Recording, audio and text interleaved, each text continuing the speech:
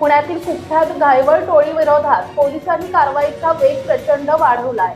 आधी टोळीचा म्होरक्या सचिन घायवळ आणि आता त्याच्या अत्यंत विश्वासू दोन फरार मोक्का आरोपींना पोलिसांनी बेड्या ठोकल्या आहेत। काही दिवसांपूर्वीच पुणे पोलिसांनी मोठी मोहीम राबवून घायवळ टोळीशी संबंधित मुख्य आरोपी सचिन घायवळ याला थेट राजस्थानमधून अटक केली होती। त्याच्यावर अनेक गंभीर गुन्ह्यांची नोंद असून पोलीस अनेक महिन्यांपासून त्याचा शोधात होते।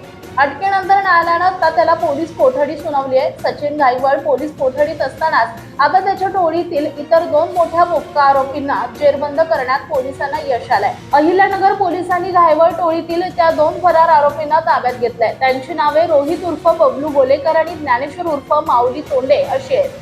हे दोघेही गेल्या अनेक दिवसांपासून पोलिसांना गुंगारा देत होते। यातील पहिला आरोपी रोहित गोलेकर याच्यावर एका व्यक्तीकडे मोठ्या रकमेची खंडणी मागितल्याचा आणि जीवे मारण्याची धमकी दिल्याचा गंभीर आरोप आहे। अहिल्यानगर पोलिसांनी तांत्रिक माहिती आणि गुप्त सूत्रांच्या मदतीने त्याचा माग काढला आणि थेट कोल्हापूर जिल्ह्यातून त्याला ताब्यात घेतलाय।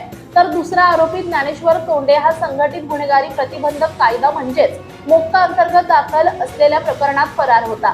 पोलिसांनी सापळा रचून त्याला अहिल्यानगर जिल्ह्यातील मिरजगाव परिसरातून अटक केली आहे। या दोन्ही आरोपींवर विविध पोलीस ठाण्यांमध्ये गंभीर स्वरूपाचे गुन्हे दाखल आहेत। अटक करण्यात आलेल्या या दोन्ही आरोपींना पुढील तपासासाठी संबंधित पोलीस ठाण्यांच्या ताब्यात देण्यात आलाय।